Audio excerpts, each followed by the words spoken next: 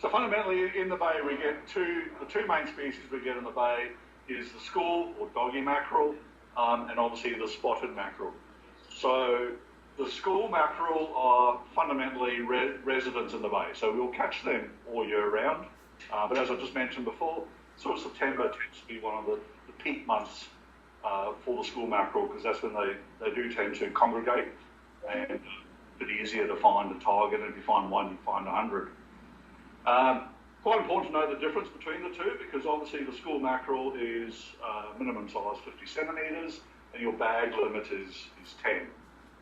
Whereas the spotted mackerel, obviously it's got to be slightly bigger at 60 centimetres. Generally the spotted mackerel will most of them, you'll get a good fish around the 80, 90 centimetre mark, and you can only keep 5. I see a lot of guys do accidentally get these two fish mixed up between each other, because look, they both have spots. Whilst this photo here shows they're quite indistinct spots on the doggy mackerel. Sometimes they can look quite distinct, but they tend to be big spots and quite blotchy. But the main thing you do is if you actually just look at the top, the pectoral fin there, you'll see that coloration with that white spot and that black. Then you know it's definitely a doggy mackerel. Obviously the spotty doesn't have that, but if you actually had them side by side, you wouldn't be able to mistake them apart. So both are, a lot of fun to catch, but you catch them very different ways. So the first way is obviously trolling. So I used to, in my early days, I was just trolling bib lures, just with deep divers and whatnot. And then it was about, it must be 12 years ago, I made friends with a guy called Sparrow. I fixed his washdown pump for him over Christmas, and in return he gave me a few tips and tricks. So one of the tips and tricks he gave me back then was how to use a parabone. So fundamentally, as you can see on the diagram here, is you basically take this parabone and you then hook it up to either a little spoon or a little Smith's jig, and you tow this behind the boat. Now, on there, I've got the diagram of this. Now, nowadays, I've kind of moved on from the parabone. I've moved on to use my downrigger, but same thing. It's basically, this is just going to get your lure down to about 5 to 6 metres below the surface. And then you're trolling the little lure behind you. Now, at the back of this, you've got 3 holes. So you want to bring your line through the middle hole. Sparrow puts a little notch in it there just to stop the line from moving around. I've actually all I do is I just go through twice and then tie it off. From here, you run 10 foot of line to a large swivel. You can just use like a large crane swivel. If you want to go, let's say top shelf, you'll use a ball bearing, like a large ball bearing swivel, and then you'll then run another 15 feet of line back to your lure, whether it be a Smith's jig or one of these.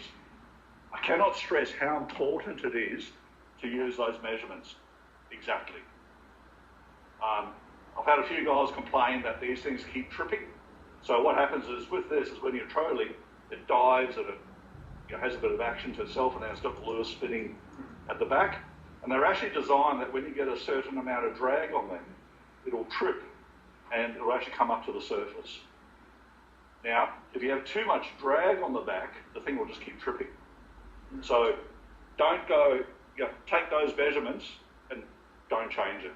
Just stick to them. So you go basically 10 and 15 feet behind them. In a question to the grinners, one of the most frustrating things about those damn grinners is sometimes they are so streamlined they don't trip the bloody board. And then after 30 minutes of trolling, you go, I'm just going to check it, and there's a grinner there well and truly flushed out. So if you are going to use this, generally about a 10 to 12 kilo rod, and definitely use mono line. I know I've had a few friends in the past, do it with braid. The trouble with the braid is it's just got no stretch. And I definitely find the hook-up braid is a lot better if you're using mono, just because when the fish hits it, it obviously just has a bit more give and just seems to set the hook a bit better. Now, when you're trolling, for the doggies, you're going to be trolling in parts of the bay where there's a change in depth, and generally that 8 to 10 metre contour line is what you're going to troll around. And also, if you're over there beacon bashing, what I would do is I'll go over the beacons because I'm now going to do some jigging on the beacons, but then as I move in between beacons, I'd actually troll between beacons, and often you'll find quite a few school mackerel in that area. Your trolling speed for doggies is 6 knots. So just remember that equates to roughly 3 metres per second. So when you set your lines, if you're going to run 2 lines, my first line I normally set at about 20 metres. And the way I set my line is I free spool, count to 7, and then I know I'm roughly at 20, 21 metres. For rod 2, I'll run it a little bit further back, so I'll do a 10-second free spool. So sitting about 30 metres back. Again, I've had with a lot of friends, the problem they had and the reason they weren't catching is they were letting way too much line out. Ron and I had a case where one guy, we're out on the foul grounds and we decided to motor over, and I could see a guy trolling, so I did the courteous thing and went about 200 metres behind him, and I picked up this paravein. Like, geez, I don't know how much. Like, it was a crazy amount of line this guy, and the poor paravein, was just right on the surface, obviously. Okay, so the grinners. I can't guarantee no grinners, but you can definitely reduce your number of grinners. If you're catching grinner after grinner, it generally means one or two things. You're either in too shallow, so the depth you're trolling in. So if you're trolling at 6 metres or 7 metres, you're fundamentally too shallow. You need to go find a bit deeper water, or you've actually got the trolling ball too far back. So it's too close to the bottom. Too close to the bottom. The further back you go, it's too close. So diving. So if you're, let's say you're in an area that's 7 metres and you're just getting grinner after grinner, bring that into 10 metres. Seriously, you'll sometimes catch a mackerel in your wash. They're not boat noise shy. They'll, in fact, sometimes a boat, the actual prop wash and all that will bring them in to have a bit of an investigation about what all the noise is about. And you can also catch spotty mackerels with this rig as well. Slightly different rules. Basically, if you're in an area and you kind of know they're there and you maybe seen a few bust ups but they're a bit shy, it's a great technique to actually end up catching a few. All you do is you drop your troll speed to about 4 knots to just slow it down a bit and bring your lines a lot closer in, so you can see I'm at 10 metres and about 20 metres off the back of the boat. Because remember, the spotty mackerel are going to be up in a couple of metres near the surface. They're not going to be 6, 7 metres under the water. So Brian, if you're in 8 to 10 metre depth, where's trolling boat speeds? How far down is your paravein?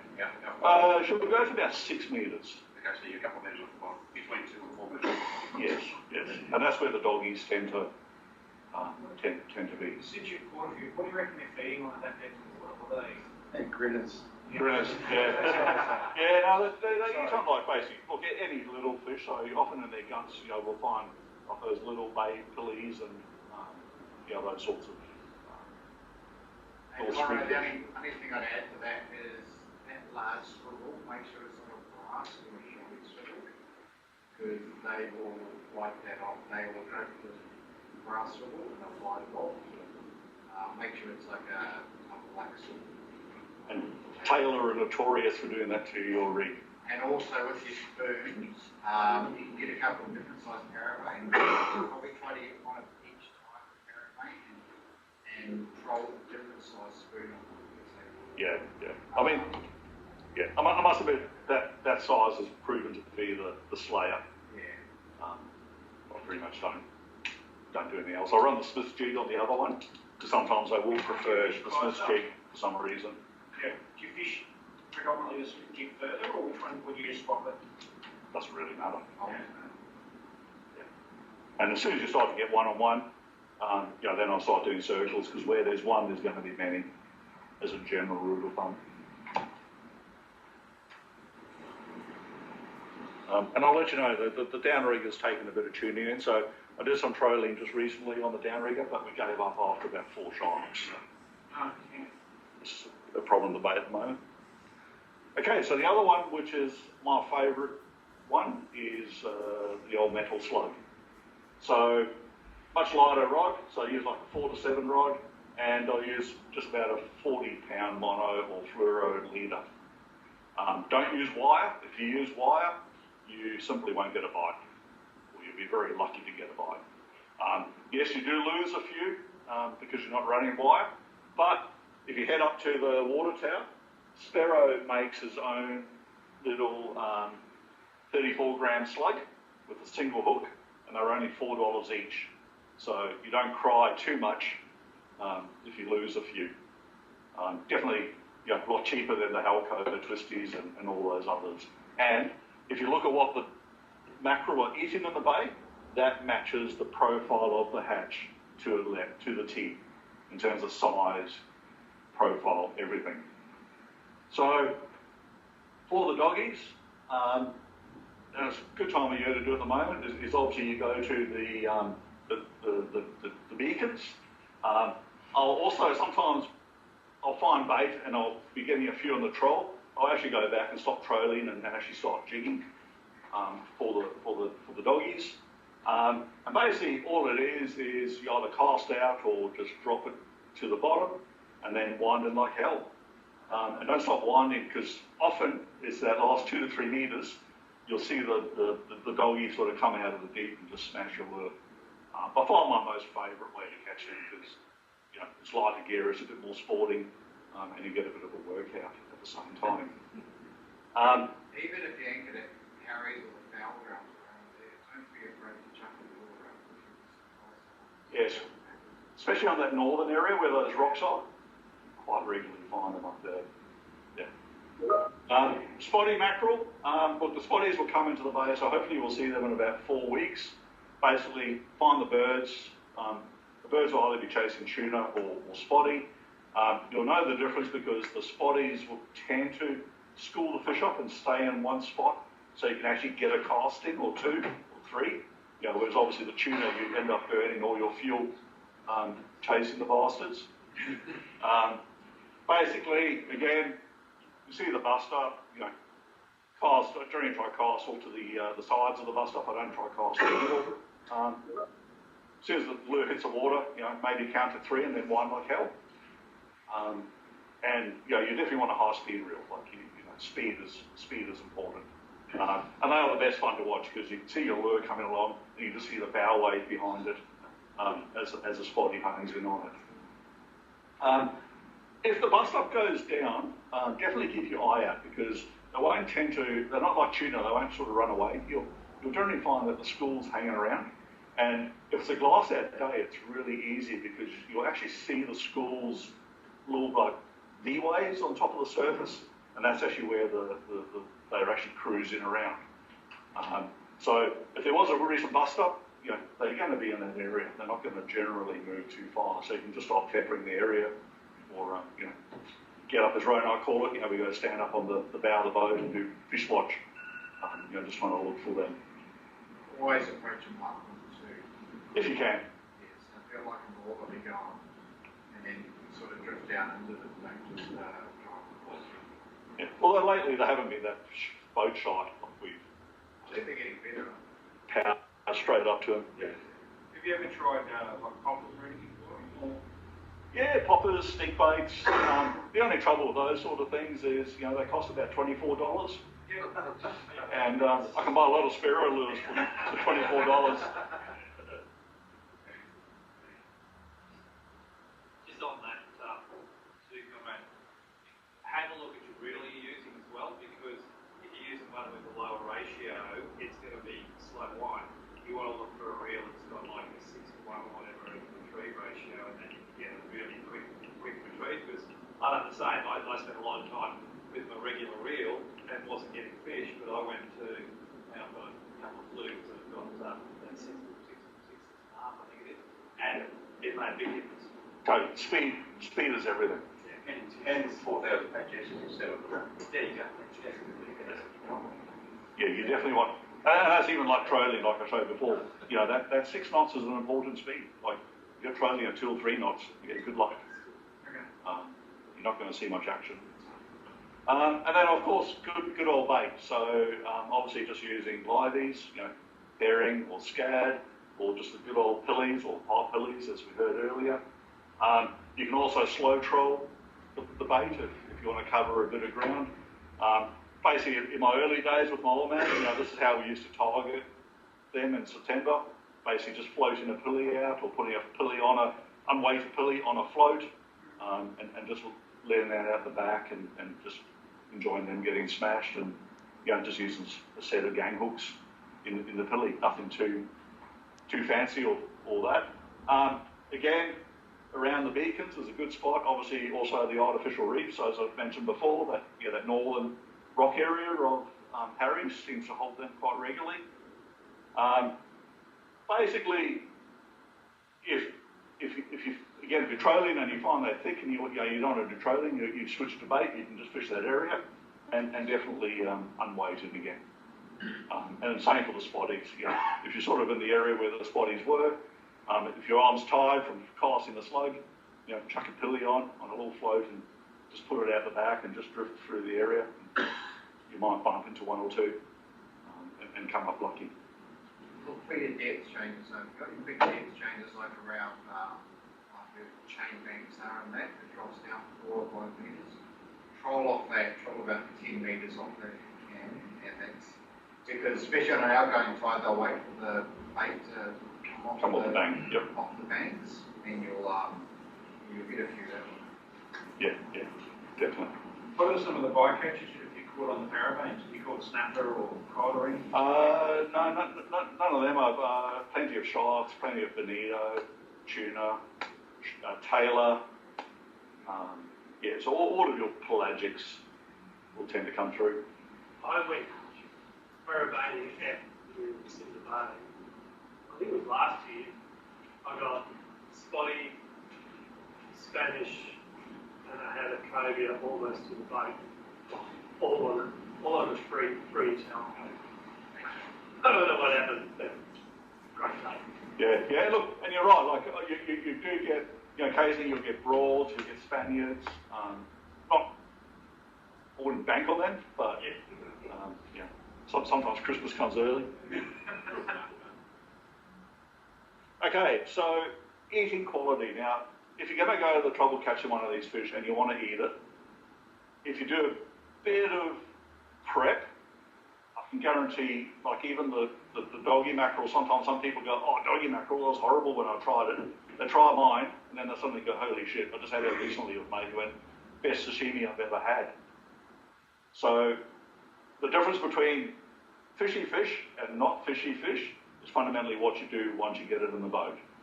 So basically, my family and I, we don't like fishy fish. I can't stand fishy fish.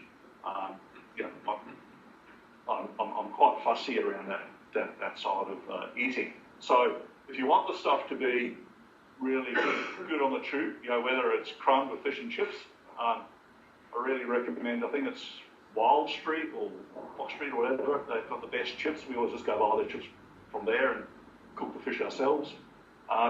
Obviously great in curry, Thai gingers, some really good dishes. And never catch more than you can eat fresh or share with friends, because you don't want to freeze mackerel. I find when you defrost it, it comes out all sort of watery, and it's just the eating quality really plummets if it's been frozen. So basically, step one is get it in the boat, and obviously immediately either club it over there with milk curry or brain spike it, put it out of misery. Makes your toes a bit safer as a bonus. Then I'll basically cut it and bleed it. So I'll basically go from under the throat and then cut all the way up to the backbone. So don't just cut the throat. That's actually going to do fundamentally jack shit. You actually want to, I don't even cut the throat. I actually stop at the bottom of where the throat is, and then run the knife, just following the gill plate up to the backbone. and then I just shove it head first into my, I just use my live bait tank, and I'll leave it there for about 10 to 15 minutes just to really bleed out. Basically then I'll gill and gut it, so I'll take the gill and guts out, and then I'll put it straight and fully submerge it into an ice slurry, with just 50% salt water, 50% ice, and make sure the fish is fully submerged. That fundamentally means by the time you get home, that fish is going to be in really, really good eating condition. Terry Hinsey actually said what he's finding works better if you go to the extra effort is if you put that wire down the spine of the fish. Apparently that makes it even better again. I haven't tried it yet, but I'm tempted.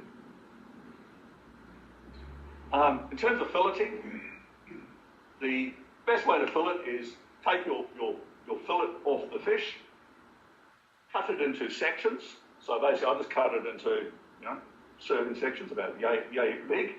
And then with my knife, I actually run my knife down the blood bone and then at a slight angle and then just off on the skin.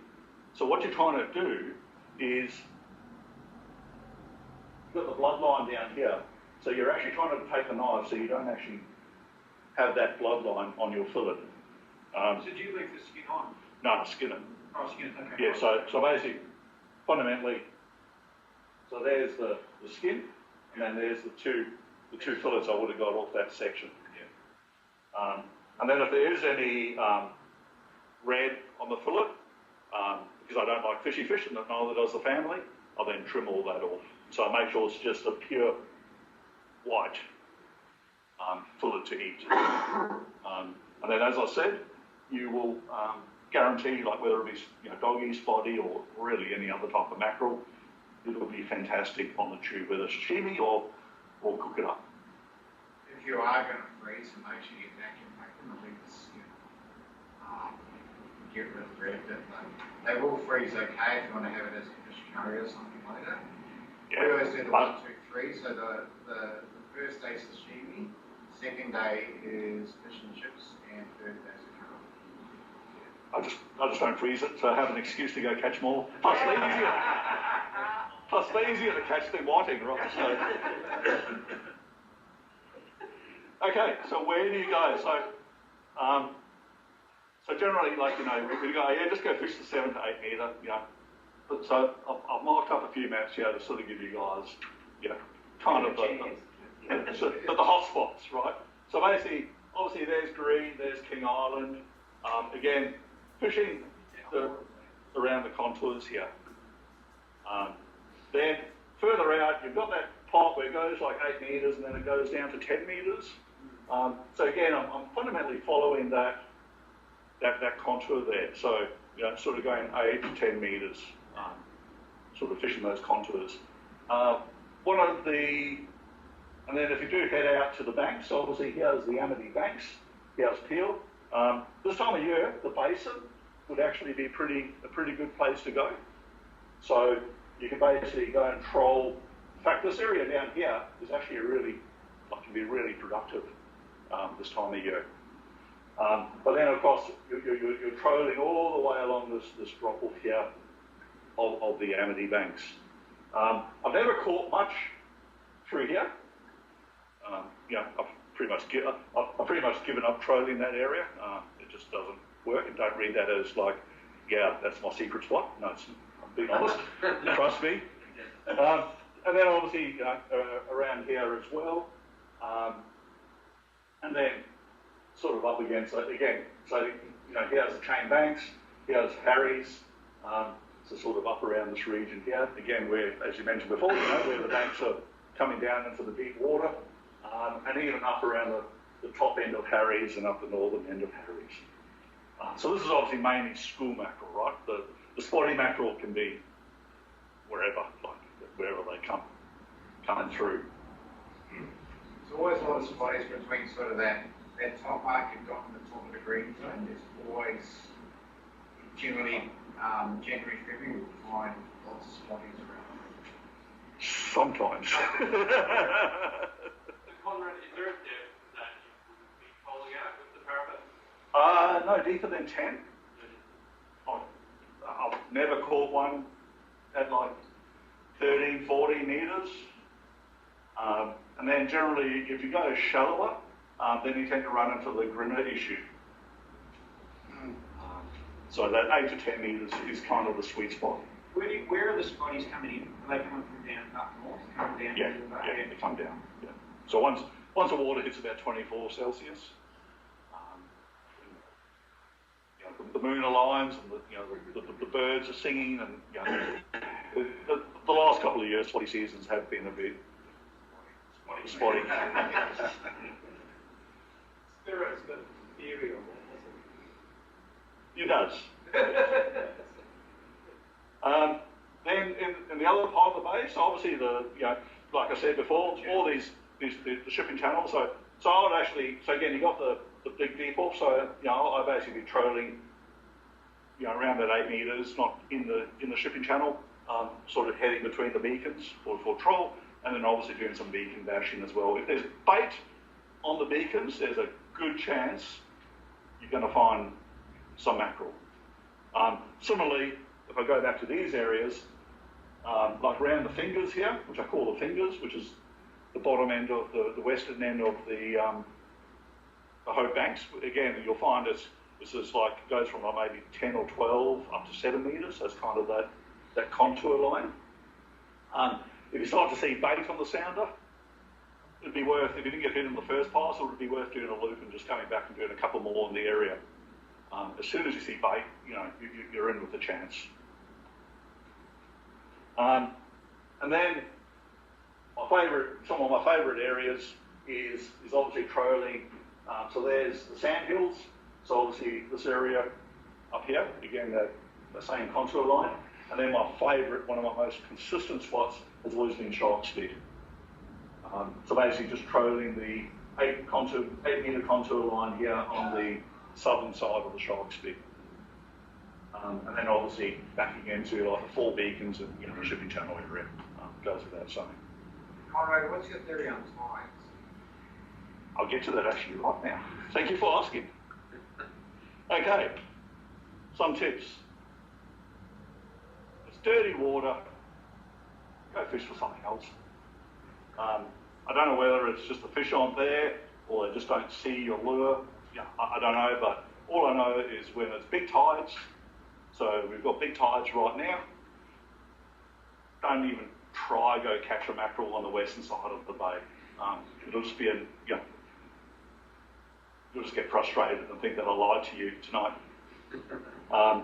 So basically, big tides, so if it's big tides, that's definitely a day. If I want some mackerel, I'll go, over to the eastern side of the bay. I'll go up to, Shark Spit, Amity, Rainbow Channel, Rouse Channel. I'll go find the clean water. Just recently, we had some small tides, like a week or 2 ago, and yeah, Sparrow and I were catching them just out here on King Island. So they'll sort of come across as soon as the water cleans up. Obviously, rain is another thing that generally messes it, can mess things up a bit. But again, it's just that dirty water. As I said before, if you start to see schools of bait, you kind of know you're in the right area. There's a good chance. One thing I've learned is I actually look for like areas where I regularly see like the birds, especially the cormorants, because these things aren't going to go swimming in an area that there's nothing to catch. So I kind of need to know, oh yeah, look, I'll put a mark on that area. That'll be kind of worth revisiting and sort of seeing what is in that area.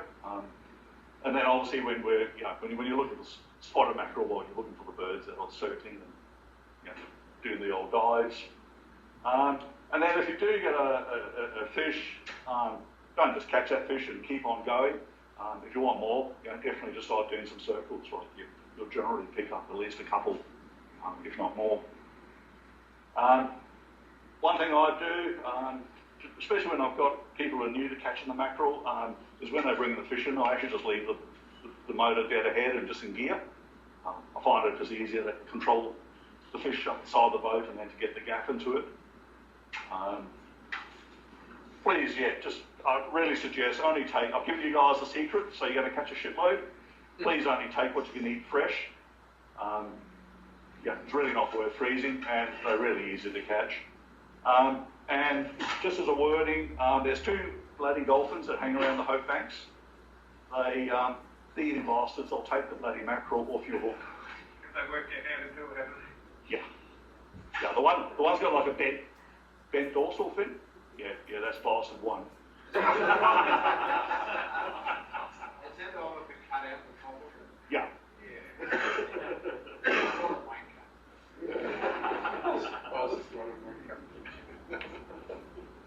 And that's it.